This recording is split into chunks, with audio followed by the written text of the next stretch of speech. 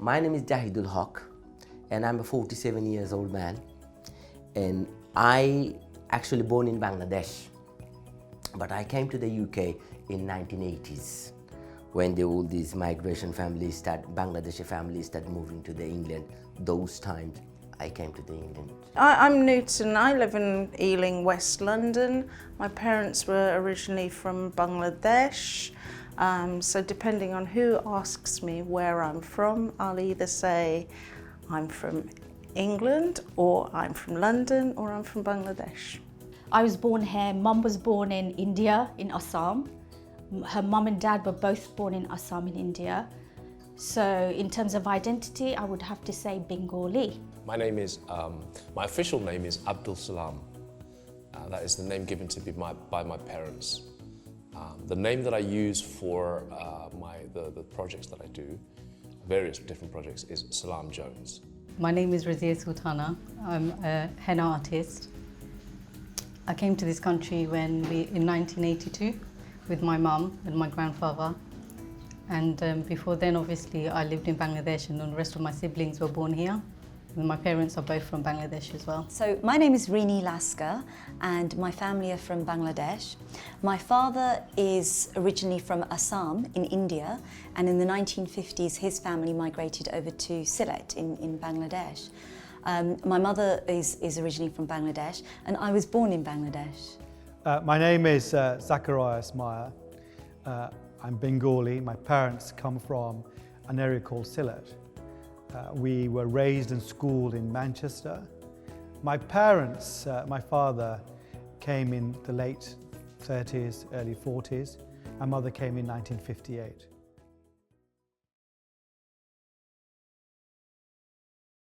Well, my great-grandfather used to work.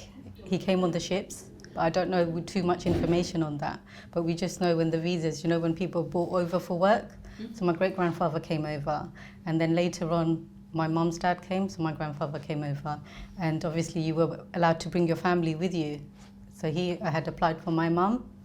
By then, my mum got married, I was born. So my mum was allowed to come over, but my dad wasn't. But obviously for a better life, my mum chose to come over and give it a go. And my dad was quite keen to send her over as well. And he was a Bangladesh freedom fighter. So he was like, if she's got an opportunity, he wanted to send her over. My father, however, had been a resident of the UK previously, prior to my birth, for about a decade. So he was a migrant worker. He came here. They sent him over from the four brothers. They sent him over because he was the educated one. So he knew how to read and write and speak English. So they thought, okay, we'll send you because you're going to be more productive. And the idea was, at that time, in that generation, the idea really was to send them here to get them to work and then send money back home. My parents, my father came in the late 30s, early 40s. My mother came in 1958.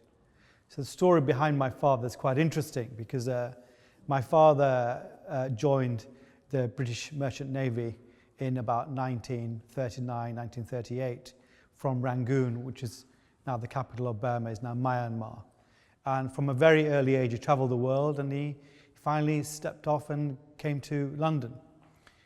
In the early days, my father opened a business a restaurant business called the Taj Mahal in Loxford Street, Manchester. So it could be said that my father is a little bit of a pioneer who came to this country in the very, very early stages. And because of that, he also opened a cinema day on a Sunday. Sunday was an important day because most of the people working had one day off, and my father used to bring films, Indian films, that were available. I used to hire the cinema for the Sunday and play the film.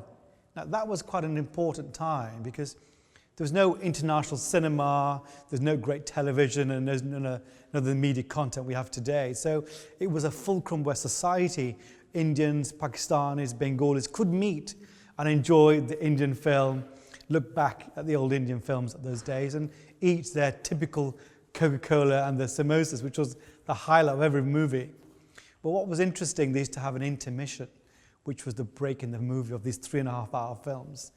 And my mother reminded me that she was given the task to walk down through the cinema and change the music to Hindi music, and in her 60s, 1960s, winkle picker music, shoes and her sari. She was very young in those days, but that was for her quite an important time because it allowed her to meet the community.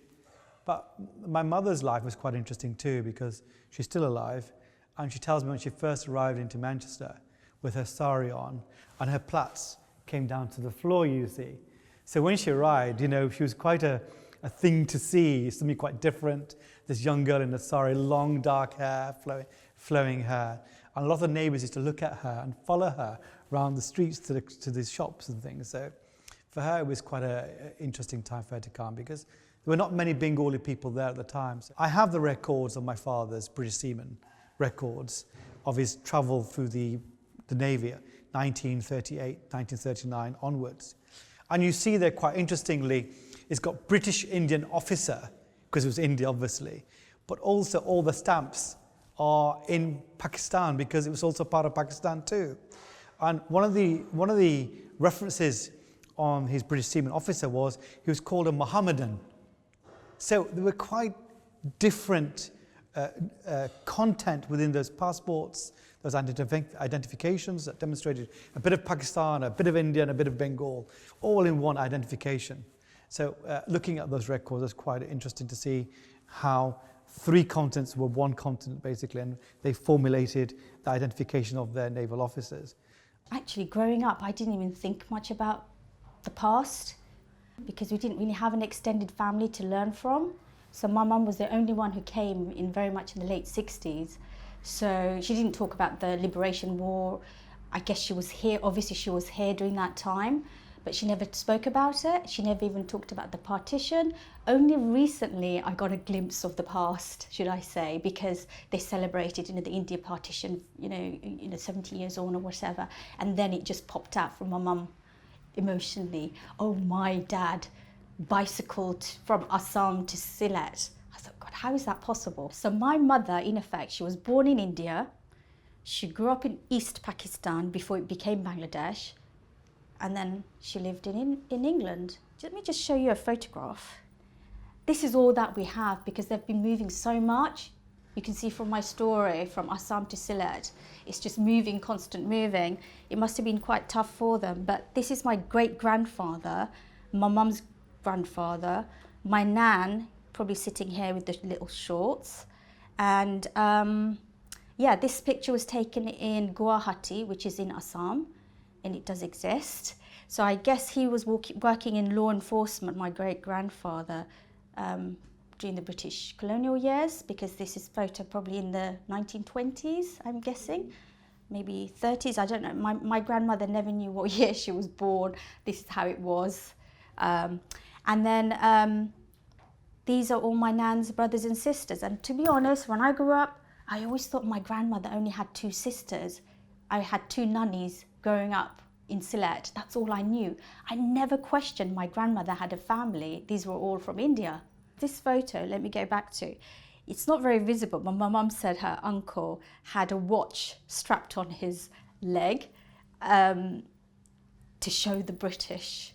In Bengali, the way they say it comes across a bit different. So I'm guessing in that period, maybe they had resistance or some issues with the British being there. Maybe they saw a lot of inequalities and a lot of things that didn't sit well with the local people. And that goes a little bit like, for example, they're all wearing cotton here. During that period, that was a local product. But what was happening during that period, well, it looks like they're very proud wearing the local clothes. But during that period, like the Gandhi movement was happening, Gandhi started boycotting cotton, meaning cotton that was brought from India were being sold to England, where there were lots of mills up in North England, and they were being resold to people in India, like Assam. But they would have to pay 10 times, 100 times more, which is beyond what they were earning. If we look at how the United Kingdom and England historically has become successful, a lot of it is because of its colonial past, where they've gone to countries like Calcutta in Bangladesh, Bengal when it was part of India, and places like Africa, and they'd taken a lot of the resources from there and brought it back to the UK and pretty much made the UK, a lot of it what it is today. So I think that there is this kind of roots of Bangladesh within the UK, but it's just not understood, it's just not out there. Partition is so important. I think we all have a duty to learn a bit more how it impacts each and every one of us, especially if you're from South Asian heritage. So someone like me, it impacted my family a lot. My dad was born before partition, 1935, so he used to joke that he was born British, part of the British Empire, then became Indian when the British left India, then became Pakistani, then came to this country and became a naturalised British person. But after independence, he also applied for Bengali citizenship. So he's had 5 nationalities in his life. I remember we used to tease my mum and call her Pakistani and stuff, and she used to say, no, they always identified themselves as Bengalis.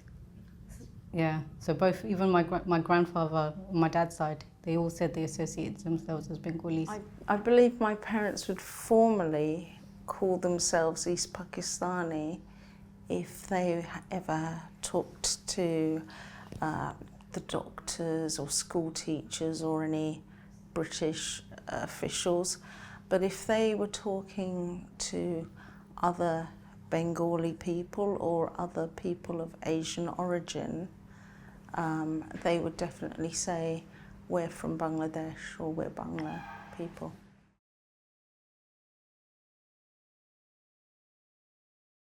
I was born in Bangladesh just before the War of Independence. So I was actually registered. We now have this really interesting story about my birth certificate. So my birth certificate, the serial number is 00000 something like 50. So I was like the 50th child to be registered in the new state of Bangladesh. Yeah, when Bangladesh government formed in 1971. So I was registered. I was born in 1970.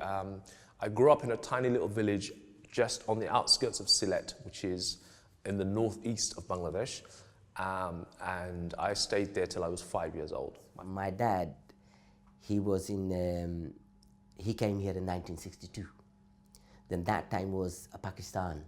Then when my dad and my uncle and all the stuff, then my dad always said, when the liberation, like the freedom fight start, they used to work here and they used to hand over the half of the wage to the Liberation Fund. Well, my father, he talked about the Liberation War. He said around the Liberation War, he was actually a student. So he was very passionate about Bangladesh being the only country fighting for its language. So my father can really speak, he's very well spoken in Bengali. He's a freedom fighter.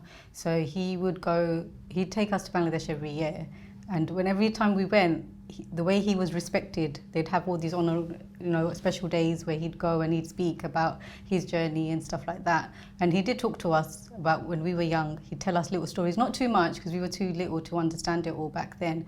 But I really appreciate it now, learning more as I've grown up, to know that, he fought for the language, for its independence. He told us stories about how he got shot and how the bullet missed his leg, how he traveled to India to train up so he can fight to support, Bangladesh and get its independence. My father didn't talk about Bangladesh that much because he travelled quite a lot throughout the 60s and the 70s. But my mother talked a lot about Bangladesh, and she talked a lot about the 1971 liberation because her brother was killed, I think he was in the army, and he was killed during that movement. She also told us about how the army had come into her area and her village, and during that time it was quite difficult for them. And she said literally the rags that they used to clean the floor with, they would wear those rags so they could give the impression that they were really poor, and so they wouldn't be attacked by these soldiers from West Pakistan. We'd gone back for a family holiday to Bangladesh. It was the last big holiday to Bangladesh before I started school. So my parents were very aware that they might not be able to go back as often.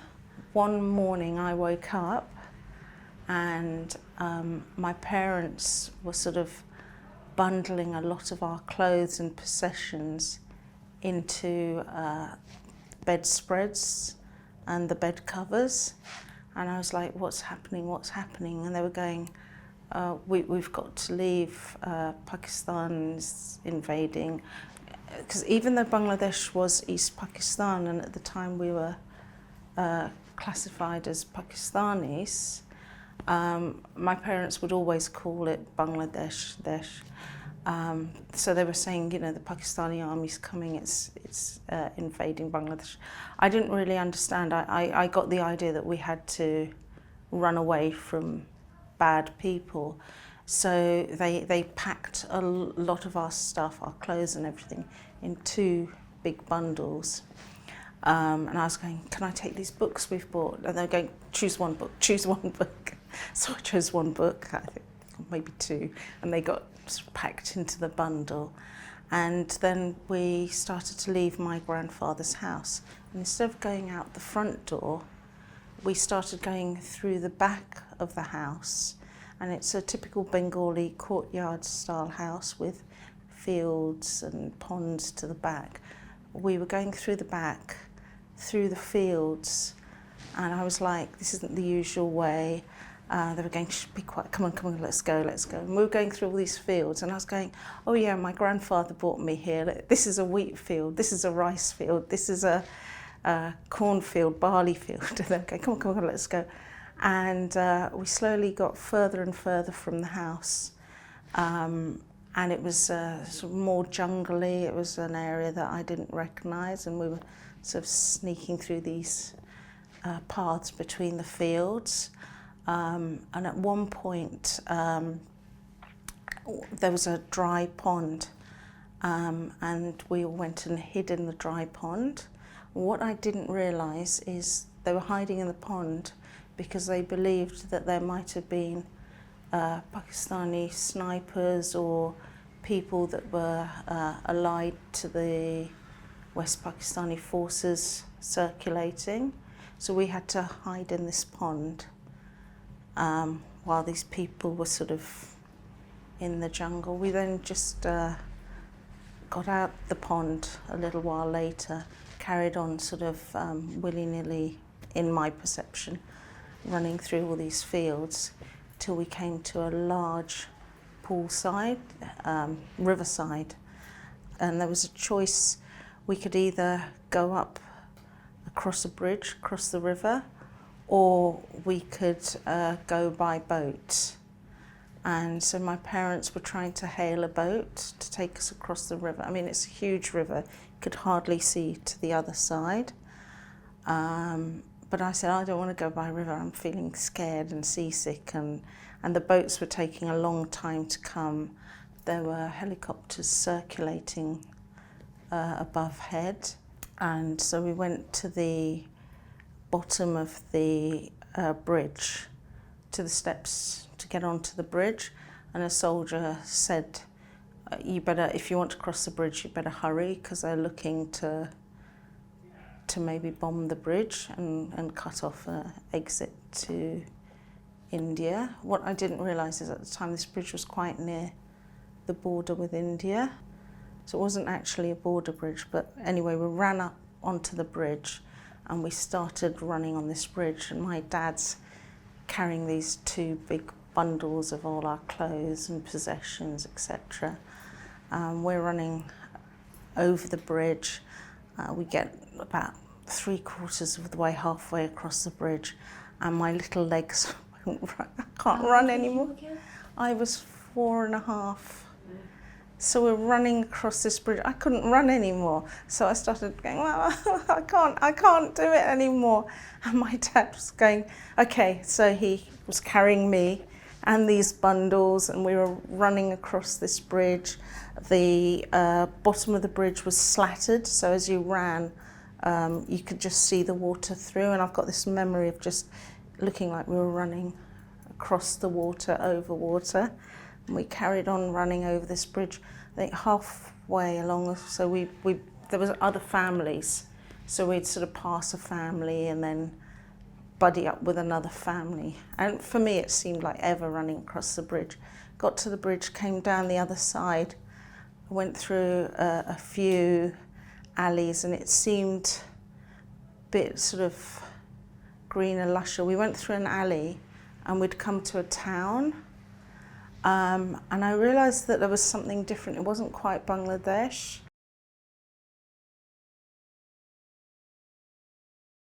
Growing up in Manchester is quite interesting because as a young man, I had 7 brothers and sisters, so we were quite a good team. We all went to school together. But the diversity of people was much less then as it is now. We didn't have that much of a community. There were scattered pockets of families.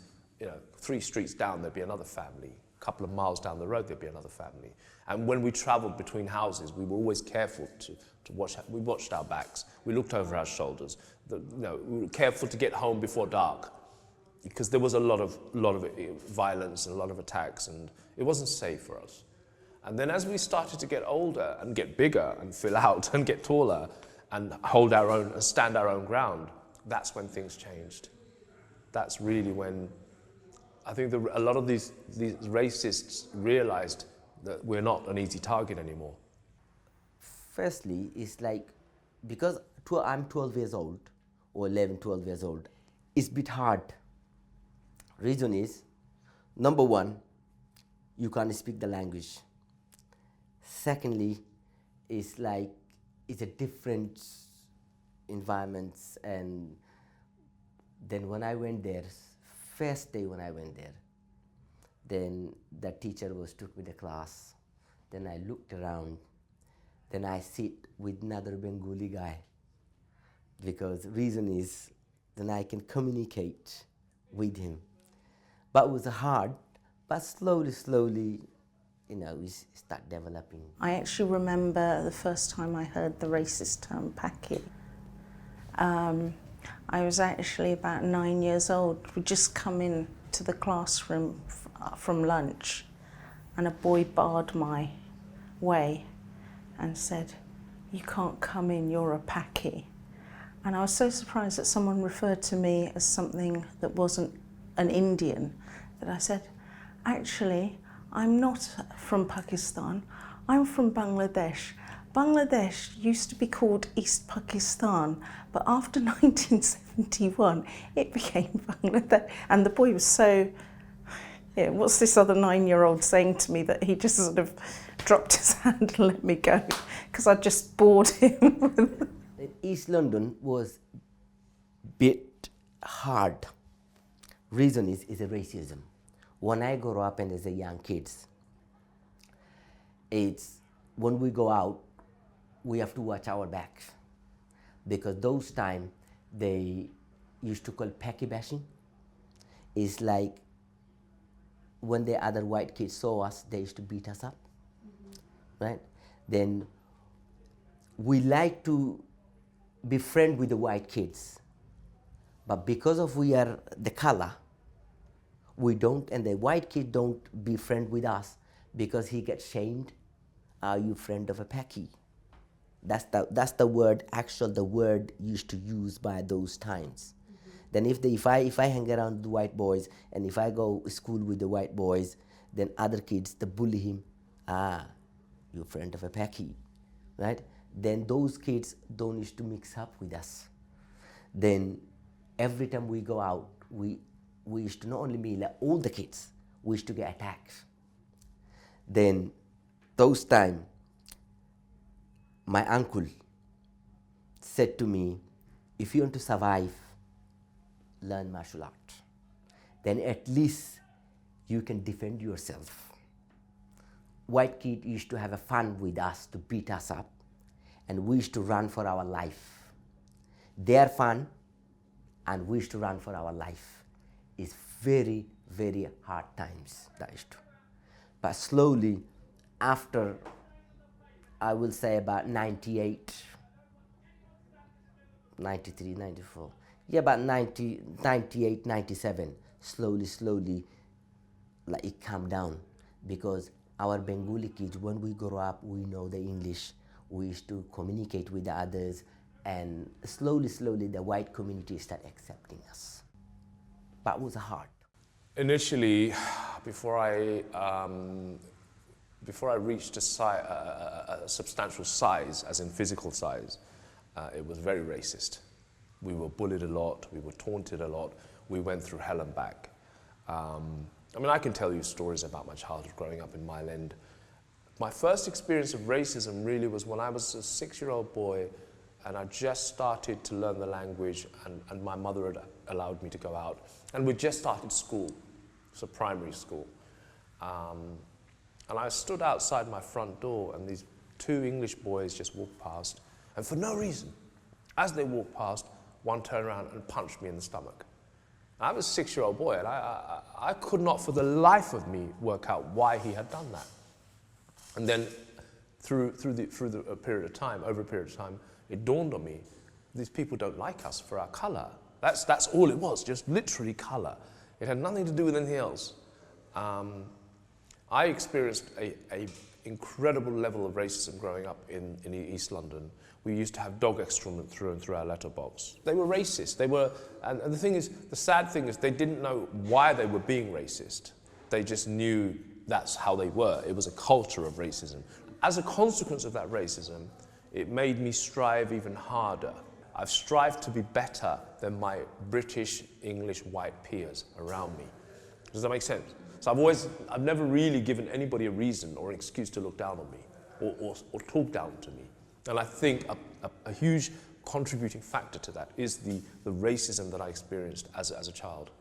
Now it's changed, but if you ask me now is more worse than before, I would say. Reason is, before, we used to know the devil, he don't like me, he's going to hit me. Now I would say institutional racism. You don't know the devils. He talk to you nice, he hug you, but he stab you in the back. Before, you know that he's going to hit me, I get prepared. Right? Physically or whatever, he will do something to me. But now, it's different. But I say that this is my way to say it. Then I find this like, now is a bit dangerous one. Right now is, how do I say it? Because I don't have a proof. I can't give you any proof, right? But say if, now, hold on. Is a few days ago on the news, it said Bangladeshi generation is get less wages than his white counterpart. That was in the news. Yeah, and now it's 2019. Yeah, and well, now it's July. Yeah, and a few days ago was in the news. That's an example there, right? This is the biggest example I can say. I would call myself a British Bengali because growing up, you weren't really, at secondary school, at primary school, you weren't really seen as part of, the community too much. You were always treated, there was a little bit of racism in schools. I remember as a young kid in primary school, often being bullied by the white kids, just because being from a Bengali background. And even to the point, I actually remember at 10 years old, a young boy came up to me and he just started on me for no reason. Being a girl, I was just, because my parents had from really strong backgrounds, and they were really tough people. I remember I actually fought this young boy, and I don't even know, it was just the fact that constant bullying, it really brings that out to you. And I remember having a fight with him, and at the end I remember my head teacher, even though we both got detention, I remember the head teacher come up to me and said, "Rizzi, you should have got him ages ago." So, it just, that kind of made me feel like, yeah, I didn't do anything wrong.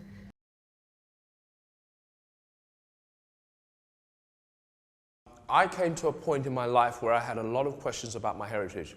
Now, bearing in mind, up to this point, I had never been to Bangladesh. So when I came here at the age of 5, up till the age of 42, I had never been to Bangladesh. 37 years, I didn't want to go. I just felt like it was, all the stuff I'd heard about Bangladesh was very negative. I had a lot of questions. Both my parents had passed away by that time. I had a lot of questions that the only way I could get answers to was really to go back to my country. And also a part of me felt like, you know what, if I died tomorrow, I would love to see my country one more time. I want to see the place that I was born in. So I wanted to go, and it really was a journey of self-discovery. I traveled, backpacked my way around the entire country for 3 months. So, and I went to places that even Siletis have never heard of. And I discovered a whole country, not just one culture, but 20 different cultures, 20 different languages, 20 different peoples. I have a lot of good memories of Bangladesh. I used to go back regularly when I was a child. In total, I think I've been about 13 times. I associate Bangladesh with a very green and beautiful country. When I was young, I always thought that it was like paradise, that this is the place that I could retire in. It's so peaceful, it's so quiet. And these are the villages. I mean, my father's from the town, but we spent more time at my mother's house, which is in the villages. It seemed to me like a place where you didn't need much to be happy. In fact, quite a few years ago, Bangladesh was voted one of the happiest nations in the world. I would say my family did preserve Bangladeshi culture because this was the first sari my mum bought when she came in 1982. And I still have it, so this sari is really old and it's very dear to me. You know, my mum, I took it from her to wear it at a wedding and it's so beautiful. And the fact that I've been able to look after it and I wear it even now, and people still ask me, Razia, where did you buy that? And the heritage we have, that we came to England and then we had places like Brick Lane where we could buy saris and we can go and eat Indian food. Well, we say Indian food, but originally the food comes from Bengali chefs who came in. My grandfather, I think he came in the 70s. I was also very aware of being bilingual. So from a very small age, we lived in a flat in South Ealing until my 3rd birthday. I do have memories, and my parents told me that I used to play little games like, this is a cup in English, what's the Bengali for this? Or this is blah blah in Bengali, what's the English? And I quite liked having that idea of 2 languages and a language that maybe my nursery friends didn't understand. Okay, so this is a rickshaw. People may have seen these in lots of Asian countries like China or India, but these were actually created in Bangladesh, so this is made in Bangladesh. When I think of my childhood in Bangladesh, I think of riding on a rickshaw. And it's such a cultural object because, and cultural thing to do in Bangladesh, because the majority of Bangladesh, they don't earn much money. They work hard to save up for a rickshaw, and the minute they have a rickshaw, the running costs are minimal, and it provides a source of income for a lot of people there. And for the people who ride on it, it's just such a pleasure. The art that I do, it represents Bangladesh in a huge way. Most of the clients I have, they're all brides. Most of them are actually Bengali brides. And then I've taken some of that culture and I've created other stuff, like I've done fashion runways. Brides adorn their foreheads with this white sort of patterns on their foreheads for their wedding day. I've actually taken that concept and I've done modest fashion runways where they've not done bridal work on their foreheads, but we've taken that concept and I've used it on the fashion runway, and then taken certain customs like traditional brides and grooms, they drink milk on their wedding day. So I've created glasses and flutes, and they're all influenced by henna. And you can see the designs, they're all hand painted. And then obviously modern Britain, Bengalis, I've done the flute glasses as well. And these are all hand painted, heavily influenced by henna designs. Our holidays were mainly to Bangladesh. Every couple of years my dad would take us to Bangladesh. But even though we identified ourselves as Bengalis, when we went Bangladesh, we were seen as foreigners. So it was that used to knock us back a bit, because you go to Bangladesh and you're still called a foreigner. You come to England, you're still called a foreigner. So that was quite difficult as a young child to be called, like, you know, they'd call us Londonese. You know, we came to, so we were treated like a foreigner back in our own country, what I used to call home.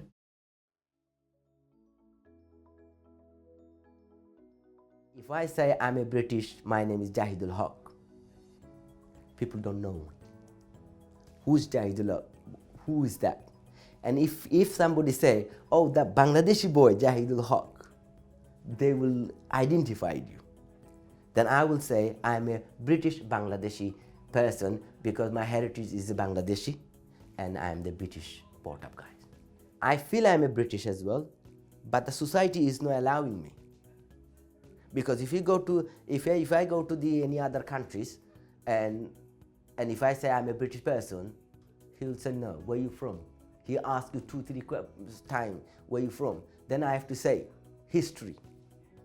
My parents is Bangladeshi, he came 1962, now I am the British, now I have to add the story, then he believes me. My home is Dockland, which is Isle of Dogs in Tower Hamlet. Always is my home will be in Tower Hamlets. I think being British and being of Bengali parentage is so intertwined in my being that I can't actually say what is being British and what is being Bengali, because I am what I am in a mix of both cultures. My home is in Britain, because that's where I feel most comfortable, but I'm really proud of my Bengali heritage. That's why I'm wearing a bit of the cotton today. Home has many dimensions, I suppose. Home is in your heart, home is in your mind, and home is experience. And I think my homes exist where my parents live, and that'll be both England and Bangladesh. And I regard England as my home, and it's been my home throughout, but my heritage is also Bengali. Home? UK. Home is always going to be Bangladesh. Whether my children will say the same thing, I don't know. But for me, home is always Bangladesh. Remembering going to see my grandparents, who some of them have passed away now, but you know, remembering the tea gardens that my dad used to take me to, seeing the house that I was born in. When I know the house I was born in Bangladesh, my dad was actually born in the same house. So, you know, going to see these places, and that's always going to be my memory, and it's always going to be home. You may take the Bengali out of Bangladesh, but you'll never take Bangladesh out of the Bengali.